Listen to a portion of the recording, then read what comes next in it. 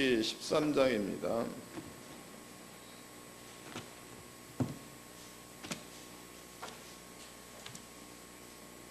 출애굽기 13장 1절서부터 16절까지, 출애굽기 13장 1절로 16절까지 다 같이 한 목소리로 합독하도록 하겠습니다. 시작.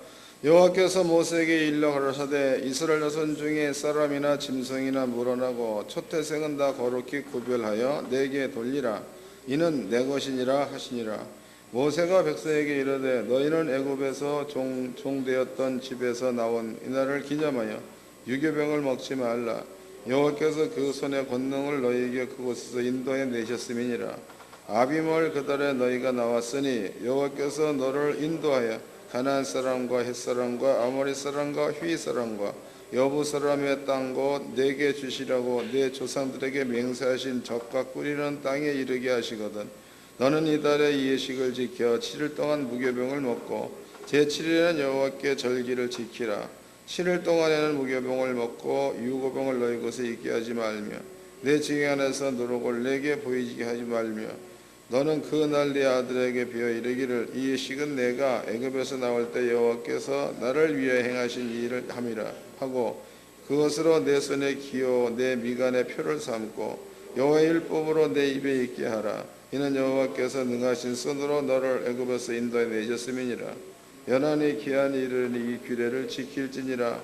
여호와께서 너와 내 조상에게 맹세하신 대로 너를 가나안 땅에 인도하시고 그 땅을 내게 주시거든. 너는 무릇 초태생과 내게 있는 생축의 초태생을 다 구별하여 여호와께 돌리라. 수컷은 여호와의 것이라. 나귀의 첫 새끼는 다 어린 양으로 대속할 것이요 그렇게 아니하거든 그 목을 꺾을 것이며 너희 아들 중 장자된 자는 다 대속할지니라.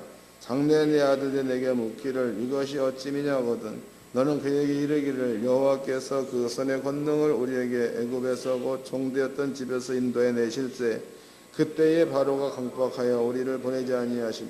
여호와께서 애굽 나라 가운데 처음 난 것 사람의 장자로부터 생축에 처음 난 것까지 다 죽이신 고로 초태생의 수컷은 다 여호와의 희생으로 드리고 우리 장자는 다 대속하나니 이것으로 내 손의 기호와 내 미간의 표를 삼으라.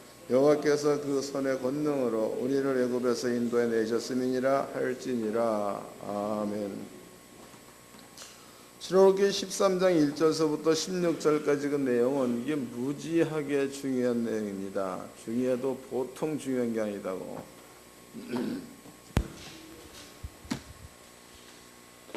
지금 이제 그 출애굽기 13장 1절서부터는요, 거기에는 6월절에 관한 이야기가 기록이 되어 있습니다. 6월절. 그런데 이 6월절의 이야기는 여러분들은 다 알 줄로 압니다. 이제는 그 6월절의 규례는 어린 양을 잡아가지고 그 피를 문설주와 임방에 바른다.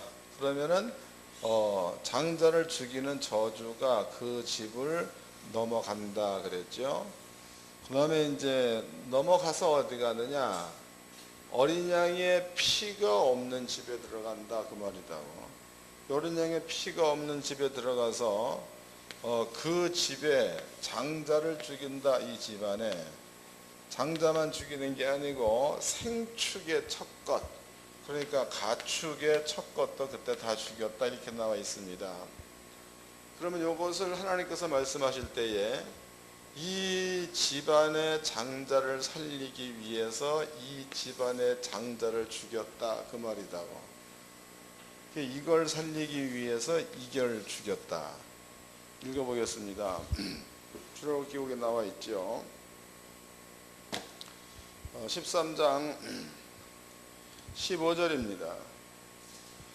그때 바로가 강박하여 우리를 보내지 아니하며 여호와께서 애굽 나라 가운데 처음 난 것을 사람의 장자로부터 생축에 처음 난 것까지 다 죽이신 고로 초태생의 수컷은 다 여호와께 희생으로 드리고 우리 장자는 다 대속하나니, 그 대속이라는 얘기가 내 대신 누가 죽었다 그 말이지.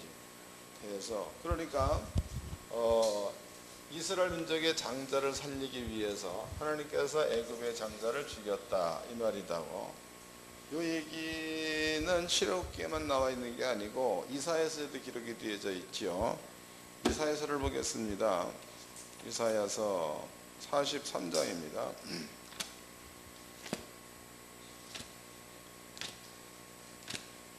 이사야서 43장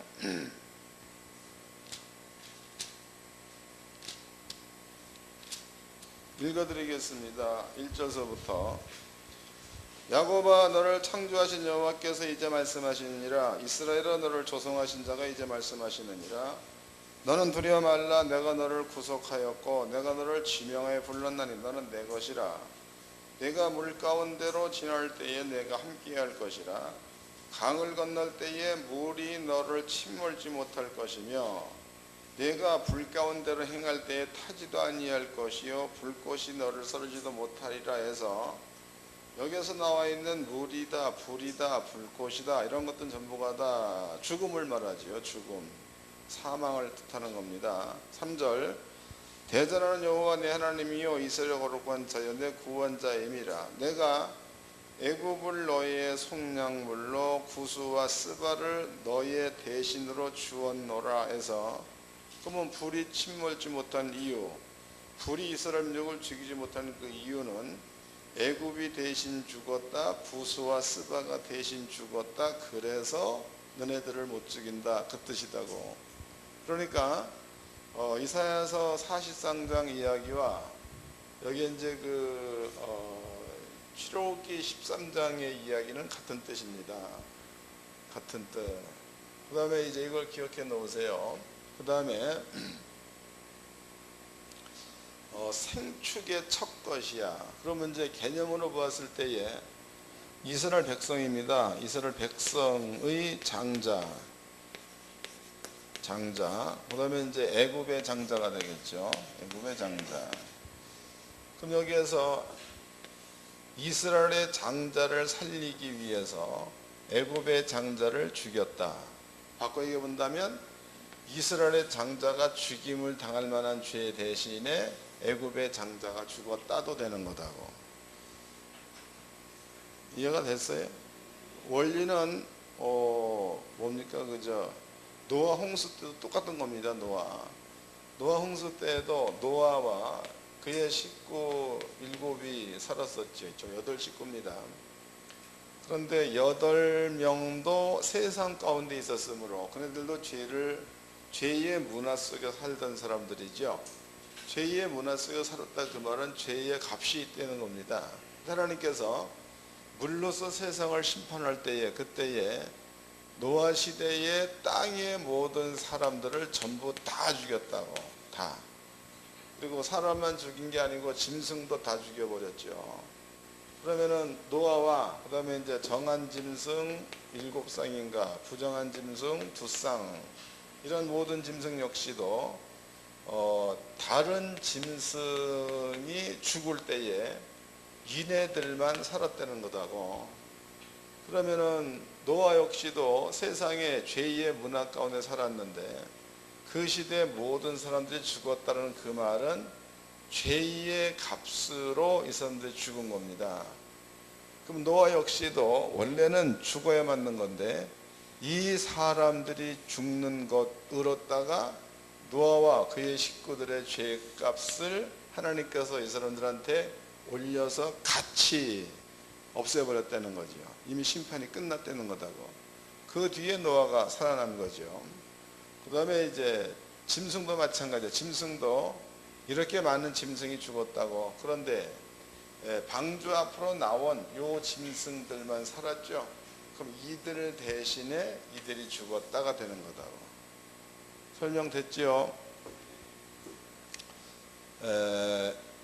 성경에는요 거룩이란 말, 그 다음에 구별이란 말을 많이 씁니다. 거룩 혹은 구별. 읽어보겠습니다. 출애굽기 7장이죠.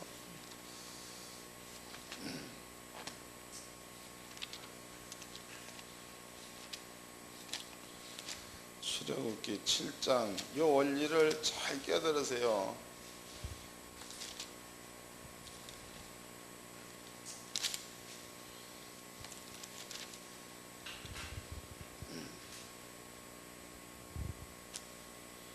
8절서부터 읽겠습니다.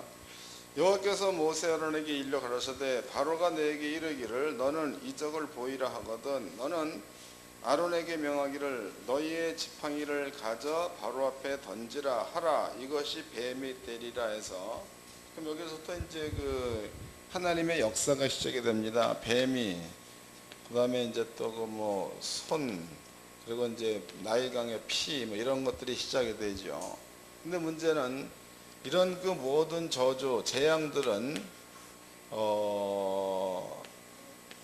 애굽 사람들에게만 내리고 이스라엘 민족에게는 안 내렸죠.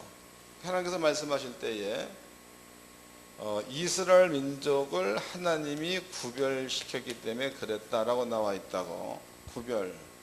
그러면은 요 원리를 왜 그렇게 될 수밖에 없냐 원리를 아까 설명해 드렸었던 때 거기에다가 집어넣어 보도록 하자고. 그러면 이제 이스라엘들이 거하는 땅은 고센 땅입니다. 고센 땅. 나머지 모든 땅은 애굽 사람들이 거하는 땅이죠.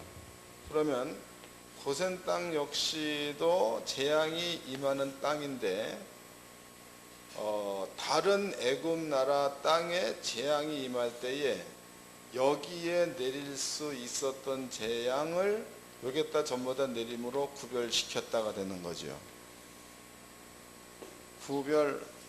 구별되는 방법론 아셨습니까? 그럼 이제 말을 대충 한번 이제 정리를 해보도록 하자고. 정리. 한 군데를 더 찾아봅시다. 레위기 23장을 봅시다. 레위기 23장.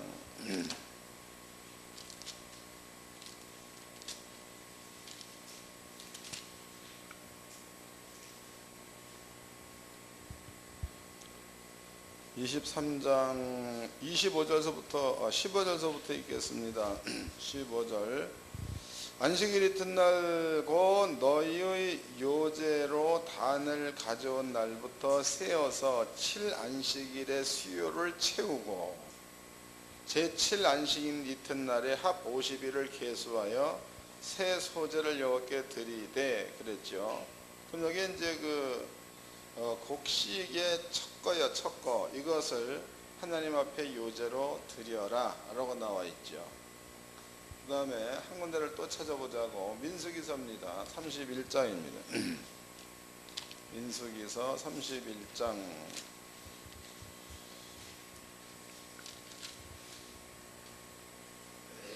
35장 33절서부터 읽겠습니다. 35장 33절 너희는 거하는 땅을 더럽히지 말라. 피는 땅을 더럽히나니 피 흘림을 받은 땅은 이를 흘리게 한 자의 피가 아니면 속할 수 없느니라. 자, 여기를 봅시다.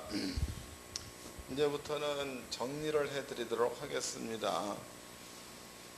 지금 여기에서 민수기서죠. 민수기서 35장에서는 땅을 정결케 하려면은 피를 흘려라 그랬죠. 그 다음에 또 레위기서 23장에서는 곡식의 첫 단이야. 첫 단을 하나님 앞에 요제로 드려라 라고 나와 있죠. 그 다음에 아까 읽어봤던 출애굽기 13장이야. 거기에는 이스라엘 민족의 장자를 죽게 드려라. 장자 대신에 애굽의 장자를 죽였다라고 나와 있고, 출애굽기 13장에서 생축이죠. 생축. 이 생축의 첫 것들도 애굽의 상축의 첫 것을 죽이는 것으로 딱 구별시켰다라고 나와 있습니다. 그러면 민수기 35장 말씀대로라면 애굽 사람들의 피가 애굽 땅에 떨어졌다는 거죠. 그 얘기는 이스라엘 민족을 이 사람들이 괴롭게 했다. 그러니까 바벨론 봅시다. 바벨론이라는 그 나라는 이렇게 지도가 이렇게 있으면은요, 여기에서 이제 이 바벨론 지역이죠. 근데 바벨론 사람들이 이스라엘 민족을 데려다가 여기서 많이 죽였죠. 죽였다라는 그 말은 여러분들이 에스더서를 보게 되면 거기에도 12월 며칠 날을 정해 놓아가지고 유대인들을 몽땅 죽이자. 또 느부갓네살 왕 같은 경우에도 자기가 만든 금신상한테 절하지 않은 들은 죽여라. 또 다리오 왕 같은 경우에도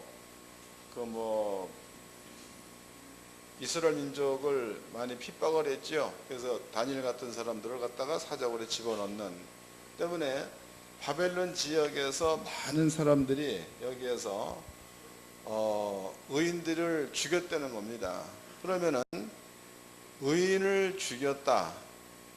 그리고 그 땅은 의인을 죽인 것으로 인해서 그 땅은 더럽혀졌다는 거죠. 민수기 35장대로라면. 그럼 이 땅을 저주에서 풀어버리려면 바벨론 사람들을 몽땅 죽여버리면 저주에서 풀린다, 그 뜻이다고. 마찬가지로 애굽이란 나라 이스라엘 민족이 400년 동안 노예로 있었던 거지요. 하나님께서 이 사람들을 끄집어내기 위해서 하나님께서 10가지 재앙을 내렸습니다. 10가지 재앙. 그럼 10가지 재앙을 내릴 때에 땅은 다 같은 땅이야. 애굽 땅도 같은, 애굽 속의 고생 같은 땅입니다. 하나님께서 이스라엘 거하는 고센 땅은 구별시켰다. 구별되는 이유가 왜 그런 거냐? 고생 땅에 내려야 될 그 저주 역시도 다른 애굽 땅에 저주가 임하는 것으로 이 저주에 고센 땅의 저주가 포함되었다, 그 말이다고. 그러므로 여기는 저주가 없다, 이런 뜻이 되는 겁니다. 그 다음에 이제 첫 단이야. 이 첫 단 역시도 애굽 사람의 뭡니까 그저 생축의 첫 것 역시도 애굽 사람의 첫 것이 몽땅 죽였다는 그것 때문에 구별됐다는 거. 장자 역시도 애굽의 장자가 몽땅 죽음으로써 이스라엘의 장자가 구별됐다는 거. 그런데 여기에서 장자라는 것은 비록 한 명만 죽었다고 해도 나머지 모든 형제는 장자에 포함되어 있는 겁니다. 여기 여러분들이 그 레위 지파를 하나님께 요제로 드렸다. 그 얘기는 레위 지파는 요제가 되는 거고 나머지 11지파는 거제가 된다는 얘기 드렸죠. 같은 원리입니다. 그러면은 하나님께서 또 이제 그 레위기 13장에서 첫 단을 요제로 가지고 오라. 그럼 나머지 모든 단들은 거제가 된다는 뜻이 되겠죠. 거제. 그러면 이제 하나님께서 이스라엘 민족으로 하여금 이러한 것들은 하나님께서 세우는 규례야, 규례. 이스라엘 민족과 뭐 이렇게 합의해서 만들어 놓은 게 아니고 아버지 임의대로 이렇게 정해 놓으셔 가지고 이스라엘 민족으로 하여금 지켜라라고 명령을 하신 겁니다. 그럼 이스라엘 민족이 가나안 땅에 처음에 들어갔습니다. 들어가 가지고 여호수아서죠. 여호수아서 3장 5장 거기에는요 여리고 평지에서 유월절을 지킵니다. 유월절. 그리고 이제 이스라엘 민족이 가나안 땅에 들어가면서부터 가나안의 모든 사람들을 몽땅 다 죽여버렸죠. 싹 다 죽입니다. 그러면은 민수기 35장 말씀으로 대입시켜 본다면은 저주받은 땅에 그네들의 피를 그 땅에 쏟음으로써 땅이 모든 저주에서 풀렸다가 되는 거죠. 율법적으로 볼 때에. 그 다음에 하나님 앞에서 그 땅에서 소득 본 거야. 거기에서 첫 단을 아버지 앞에 요제로 드렸다. 그러면 나머지 모든 곡식은 거제가 됨으로써 거룩해진다, 그 말이다고. 거룩해진다. 그러면 땅 역시도 이래서 거룩해지는 거고 곡식도 거룩해지는 겁니다. 그 다음에 장자로서 애굽 사람들이 죽었다는 겁니다. 그거와 똑같이 하나님께서 레위 지파를 하나님 앞에 요제로 드려라 그랬다고. 레위 지파가 요제로 들어졌으면 나머지 11지파, 12지파지요. 12지파는 레위 지파가 요제로 드려졌으므로 나머지 12지파는 거제. 거제란 그 말 요제에 붙어 있기 때문에 거제 역시도 거룩하다는 설명해 드렸습니다. 나중에 요제, 거제 다시 설명해 드리겠습니다. 이런 것들이다고. 그러면 이제 레위 지파가 요제로 들어졌다. 그 나머지 12지파는 거제 인고로 거룩하다 그 뜻이죠. 생축의 첫건 역시도 하나님께 하나님 거다. 그 얘기는 애굽의 생축이 죽었기 때문에 첫 것은 내 거다 그랬습니다. 그 첫 것이 하나님 거라면 나머지 모든 생축, 가축은 이건 역시도 요제라면 거제가 되겠죠. 그러므로 생축도 거룩해졌다 그 말이 되는 거다고. 그럼 여기에서 보니까 땅도 사람도 먹는 것도 짐승도 전부가 다 이러한 경로를 통해서 거룩해졌다 그 얘기죠. 아버지가 거룩하게 만들었다는 겁니다. 그럼 하나님께서는요 이것을 이스라엘 민족한테 규례로 줬다. 규례 이렇게 행하라. 너네들이 대대로 지킬 규례다. 그러면은 이스라엘 민족은 이러한 행위를 하게 되면 하나님은 이 행위를 보았을 때에 이 행위 가운데 들어가 있는 모든 것들은 하나님께서 거룩하게 인정을 하셔야 된다는 거죠. 그러니까 어떤 사람의 잘못, 첫 단의 잘못 이런 것을 아버지가 보지 않고 하나님께서 세워놓은 규례이기 때문에 이스라엘 민족이 가나안 땅에 들어가서 요 대로만 행하면 거룩하게 해야 될 일은 하나님이 하셔야 될 일입니다. 이건 우리한테 속한 게 아니에요. 여러분들이 스스로 거룩해진다 그럴 수 없는 거다고. 하나님께서 이렇게 이러한 행위를 하게 되면 하나님께서는 스스로 정한 규례이기 때문에 땅도 거룩게 졌다라고 하나님이 인정하는 거고 곡식도 거룩게 졌다로 하나님이 인정하는 거고 사람도 거룩게 졌다로 하나님이 인정하는 거고 가축도 거룩게 졌다로 하나님이 인정하는 겁니다. 그러면 가나안 땅이라는 것은 땅도 거룩한 땅, 거기에 거하는 사람도 거룩한 사람, 거룩한 사람이 먹는 음식도 거룩한 음식, 거룩한 사람들이 치는 가축도 거룩해진 거. 그러니까 거룩하지 않은 게 하나도 없는 거지.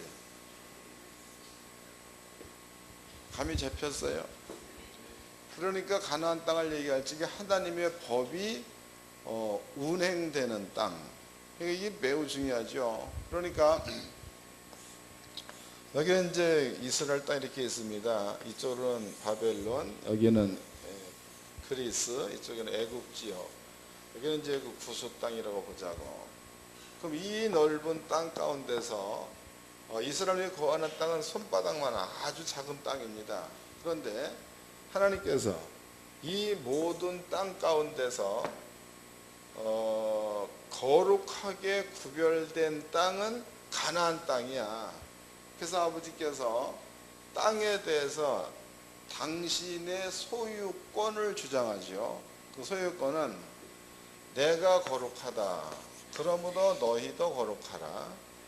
그 다음에 내가 거룩하기 때문에 내가 거하는 땅, 하나님의 법이 운행되는 땅을 하나님이 거하는 땅이라고 그랬죠. 내가 거하는 땅도 거룩하다. 그러므로 땅은 내 것이니 영원히 팔지 말라. 이런 얘기를 하나님이 하시는 겁니다.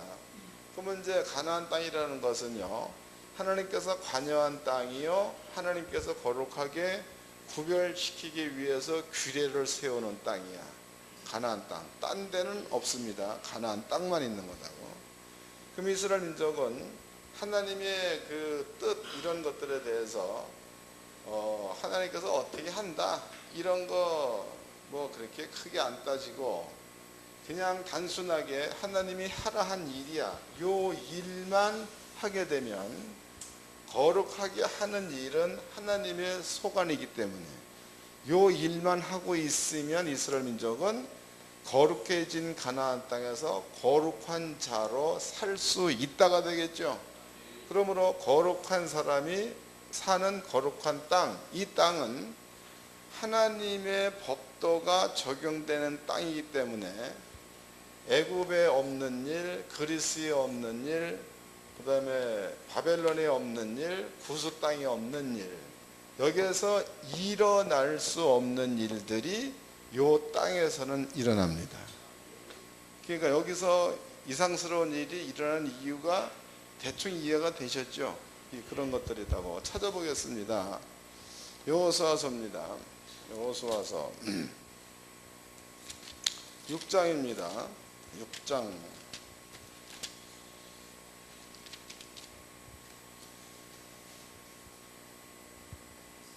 1절서부터 읽겠습니다. 이스라엘 자손들로 인하여 여리고는 굳게 닫혔고 출입하는 자 없더라. 그 위에 5장입니다.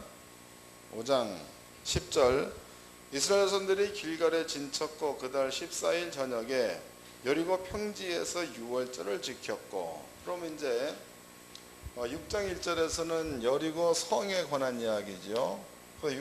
5장에서는 이스라엘 민족이 유월절을 지키는 것에 대해서 설명이 되어져 있습니다. 그러면 출애굽기 12장과 13장에서 유월절을 지킨다 그러면 저주가 어린 양의 피가 있는 집은 넘어간다로 아버지가 규례로 정해놓았다고, 너네들의 대대로 지킬 규례 이랬단 말이죠. 그러면 이제 출애굽 당시에 출애굽기 12장에서 유월절을 지켰습니다. 이스라엘이 그로부터 40년 후 가나안 땅에 들어가서 여리고 평지에서 유월절을 지켰는데 이스라엘 민족이 여리고 평지에서 유월절을 지킬 때에는 그날 밤에 장자가 죽는 사건이 안 일어난 거다고. 그게 뭔 얘기냐면 이제 얘네들이 가나안 땅을 점령해 들어갈 겁니다. 여리고 평지 여기에서 유월절을 지켰다고. 그런데 출애굽기대로라면 유월절을 지키면은 애굽의 장자가 몽땅 죽었던 것처럼 가나안 땅에 들어와서 유월절을 지켰으니까 가나안의 장자가 죽어야 마땅하다는 거죠. 규례대로 그랬으니까. 그런데 이스라엘 민족이 여리고 평지에서 유월절을 지킨 날 밤이야. 그 밤에 여리고 성에서 장자는 안 죽었다는 거예요. 그러면은 여리고 평지에서 유월절을 지켰을 때에 이스라엘 민족만 규례에 따라서 지킨 거지, 지켰을 때에 이런 일이 일어나리다 라는 사건들은 여기에서 이스라엘 민족이 눈으로 볼 수 없었다는 거다고. 이해됐어요? 실제로 없었잖아, 실제로. 그런데 이제 유월절 지키고 난 다음에 여기를 공략해 들어갔어요. 여기 들어갔는데 여기 전투가 벌어진 거죠. 그때에 여리고 성 사람들을 아버지가 죽였습니다.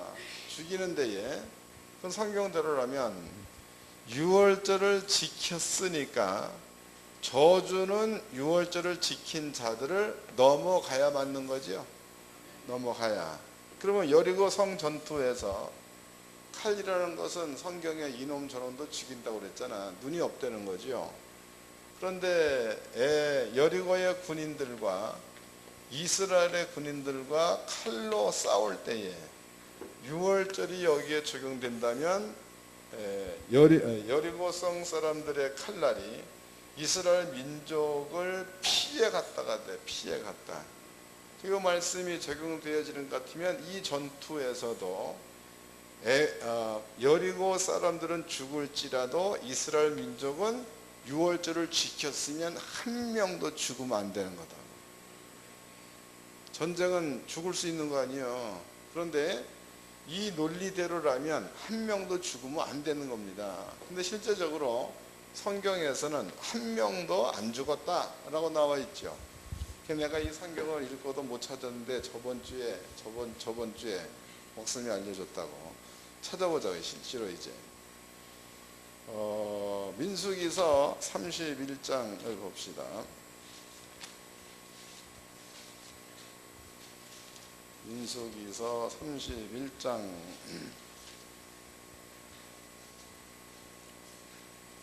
40 48절서부터 읽겠습니다. 민수기 31장 48절.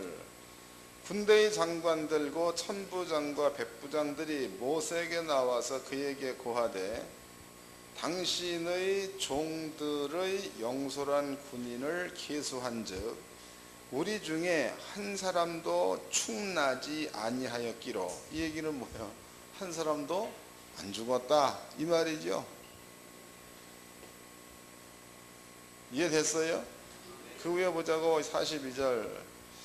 모세가 싸움에 나갔던 자에게 나누어 취하여 이스라엘 자손에게 준 절반. 그랬으니까 전쟁하고 돌아와서 모세한테 인원 보고 하는 거예요. 인원 보고. 우리가 이러이러한 전쟁을 치루었는데 몇 명이 나갔다. 그런데 전쟁 끝나고 나서 헤아려 보았더니 전쟁에 나간 자들이 축나지 않았다. 그 얘기는 100명이면 100명 다 돌아왔다 그 뜻이다고. 이해됐어요? 그러면은 이 전투 역시도 하나님의 규례가 적용되는 전투라면 여기에서 하나님의 이스라엘 민족은 한 명도 안 죽었다가 맞겠죠?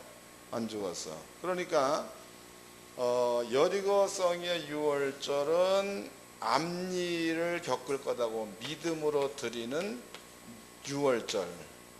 그 다음에 출애굽 당시에 지켰던 유월절은 하나님께서 장자의 죽는 것을 이스라엘 민족의 눈으로 보여준 그러한 유월절.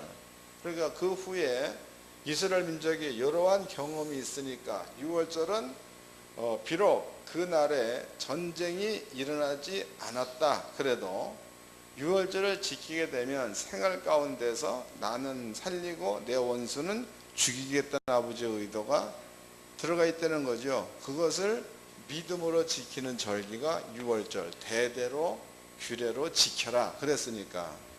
그러니까 하나님께서 이렇게 규례를 만들어 놓은 겁니다. 그러면 거룩하게 구별시키는 일은 하나님이 해야 될 일이지 우리가 해야 될 일이 아니라는 거예요.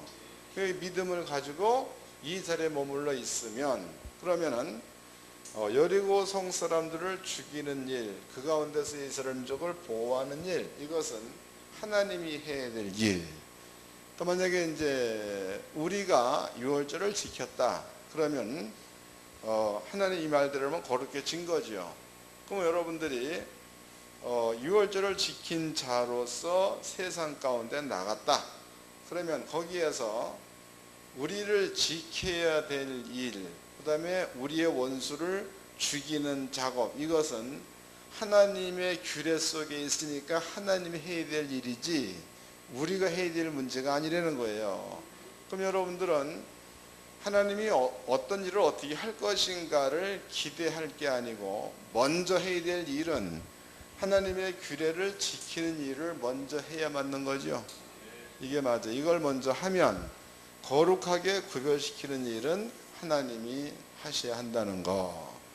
그 다음에 우리가 우리 계산대로 하면 작습니다. 그런데 하나님이 하나님의 방법대로 하면 우리 계산보다도 더 많은 일을 하셔.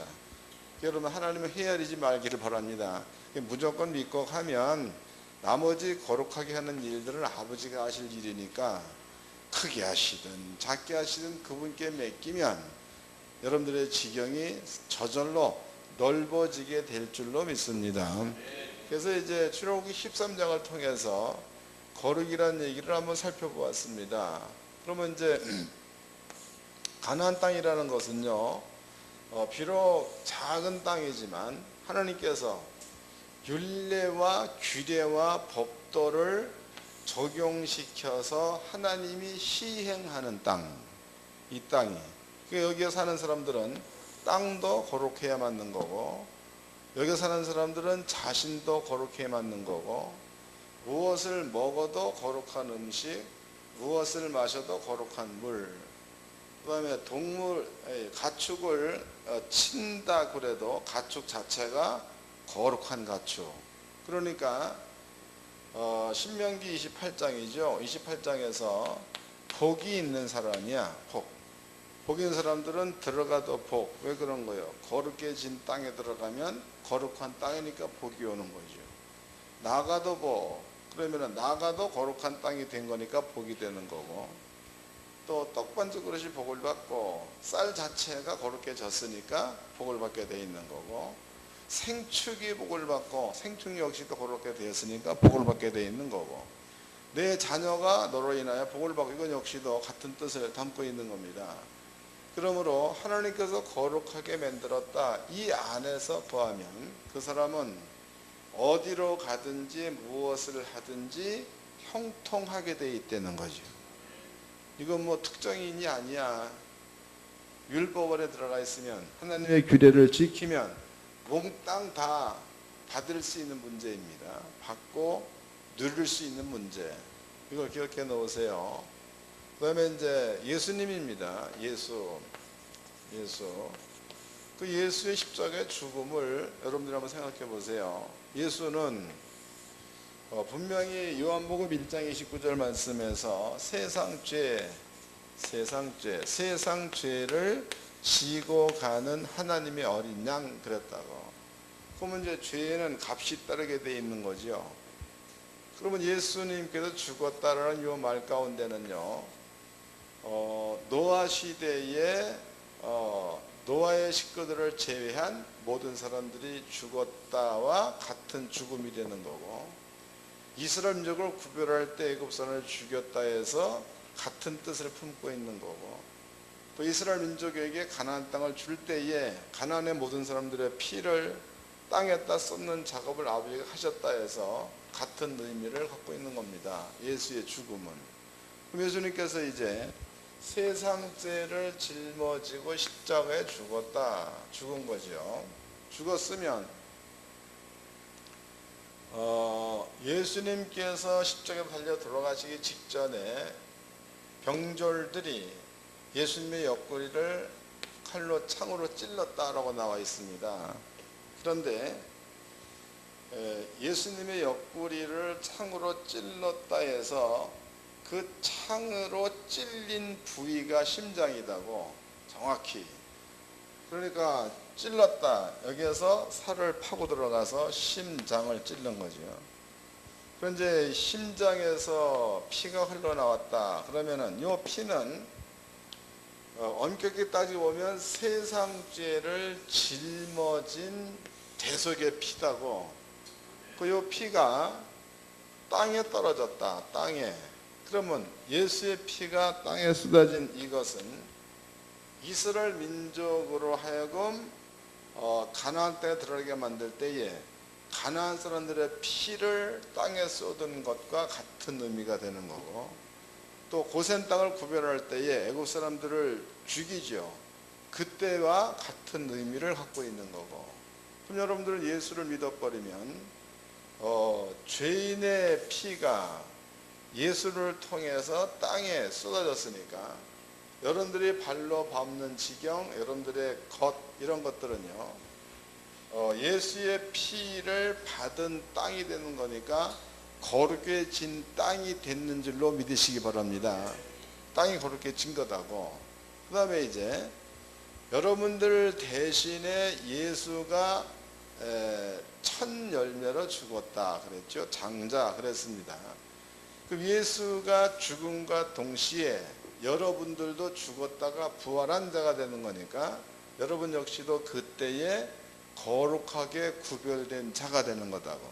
그럼 여러분들은요, 예수를 믿는 순간에 자신도 거룩해진 거고 땅도 거룩해졌으니까 이제는 거룩해진 자들이 거룩한 땅에서 살 수 있도록 하나님의 규례가 적용됐다는 거죠. 이게 적용된 겁니다. 그 다음에 이제 이 안에 들어가서 여러분들이 하나님 앞에 10의 1조를 드린다.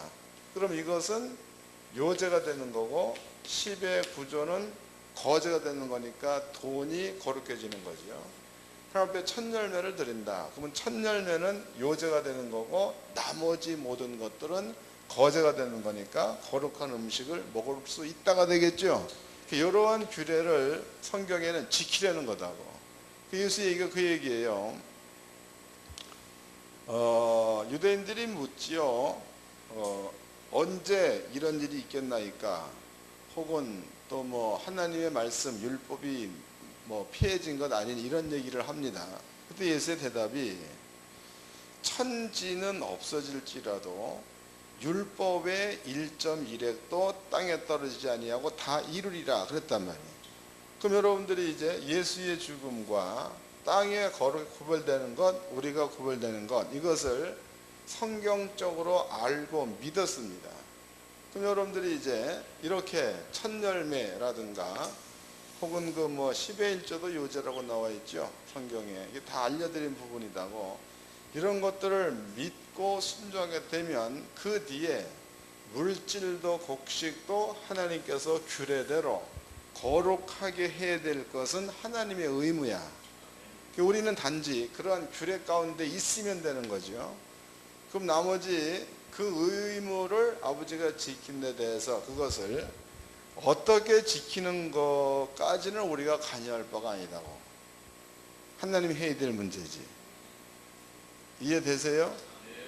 그러니까 아버지가 이스라엘 민족으로 가나안 땅에 집어넣겠다 해서 그것은 굉장히 큰 축복이다고 작은 게 아닙니다. 그럼 여러분들이 이제 좀 큰 의미에서 예수가 와가지고 세상 죄를 지고 예수님께서 십자가에 죽을 때에 그 피를 땅에다가 쏟았다 이렇게 나와 있죠. 그러면 이 땅은 예수 오기 전에 죄악의 부르짖음으로 더러워졌는데 예수가 와서 피를 땅에다 쏟았다면 이 땅은 모든 저주에서 풀린 땅이 되는 거죠. 풀렸다 그 말이에요. 그런데 그 풀린 땅을 적용시키는 방법에서 안 믿는 자들이죠. 안 믿는 자들은 그러니까 예수께서 죄를 정할 때에 죄를 정할 때에 예수를 믿는 자는 죄가 없고 예수를 안 믿는 자는 안 믿는 자체가 죄다 그랬으니까. 그러니까 여러분들은 예수를 믿는 믿음을 갖게 되면 지구상의 어느 땅이든지 간에 여러분들이 가가지고 발로 밟으면 이미 거룩해진 땅을 거룩한 우리가 쓰면 되는 건데, 비록 그 자리에 있다 그래도 예수를 안 믿어버리면 죄가 있는 자가 되는 거니까 그 사람이 밟는 땅은 거룩해지지 않았다가 되는 거다고. 그 사람 때문에. 이해됐지요? 요한복음 보겠습니다. 16장 죄에 대한 얘기입니다.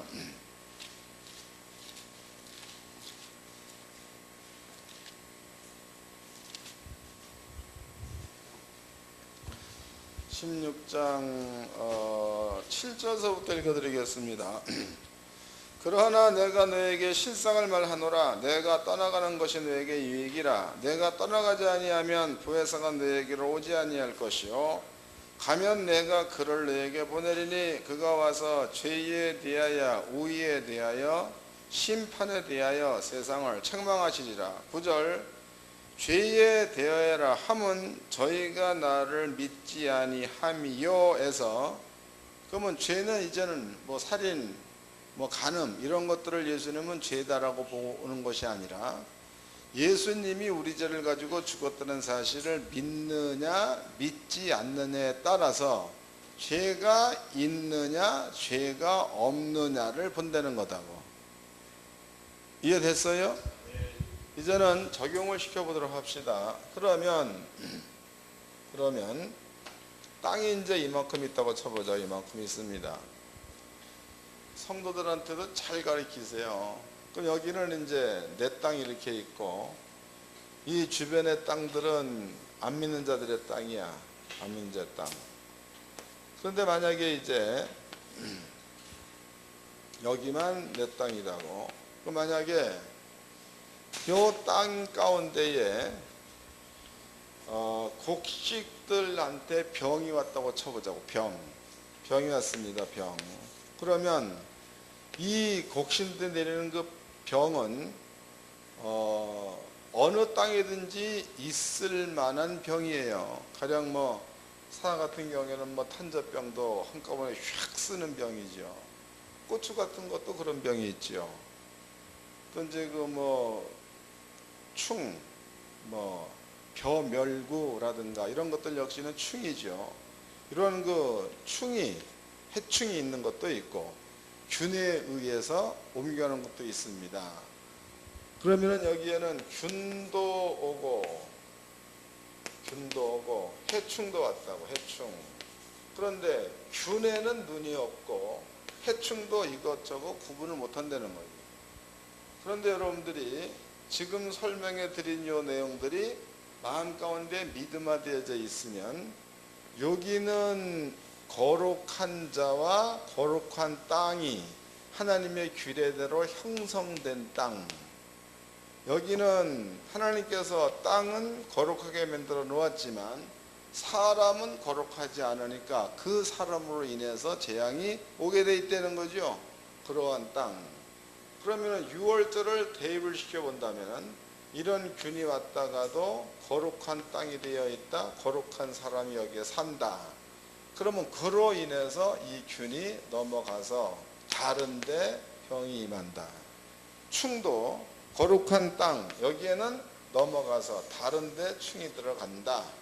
그래서 다른 모든 땅에는 해충이나 병균이 창궐하다 선칠지라도 믿는 자가 짓는 요 땅만큼은 해충이나 균이 침범하지 않으니까 농사가 잘 되겠죠.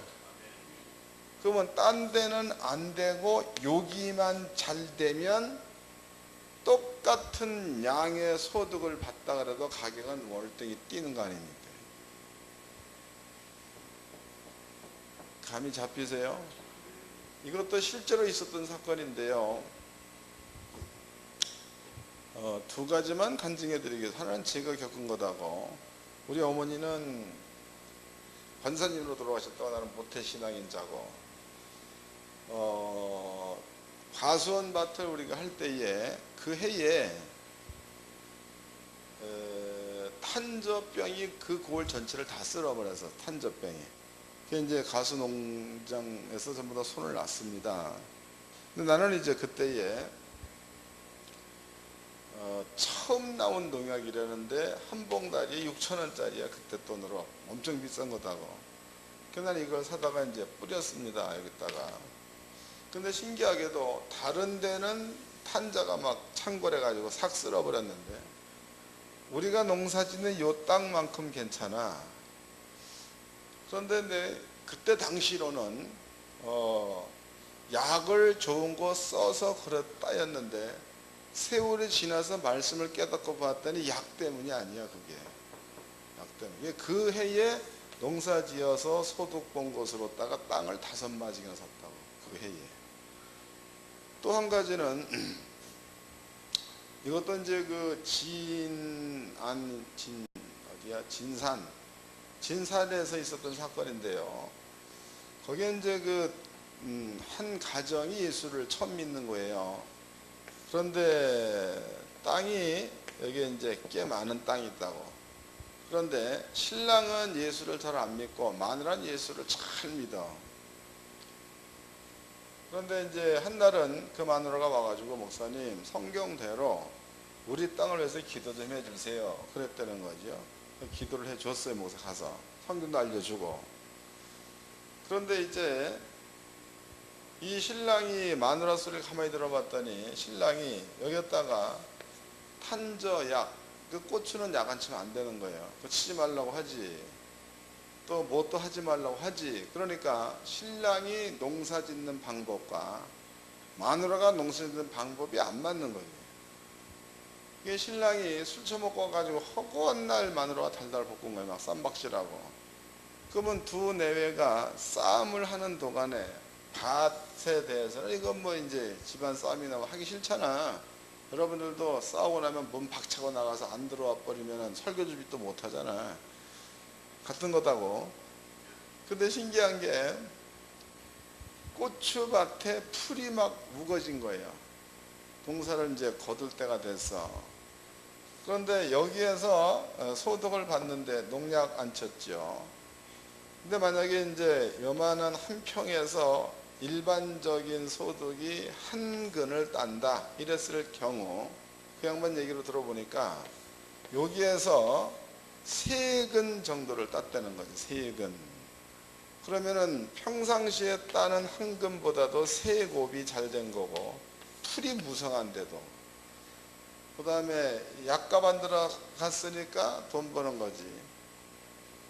밭 안 맸으니까 인건비 안 들어갔으니까 그 돈도 플러스 되는 거죠.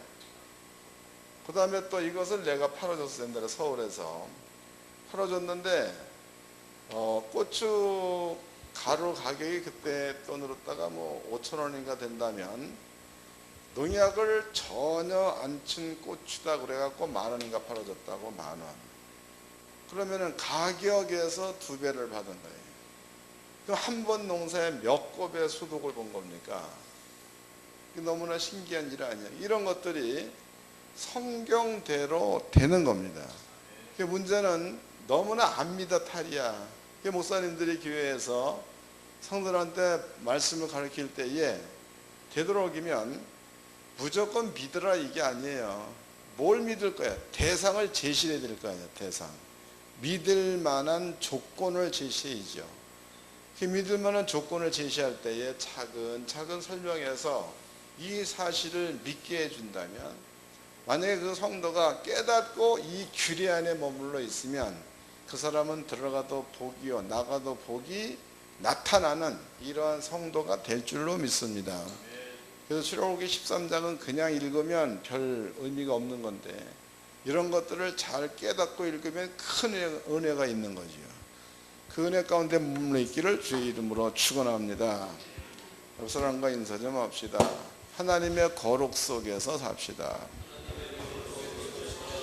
기도하겠습니다.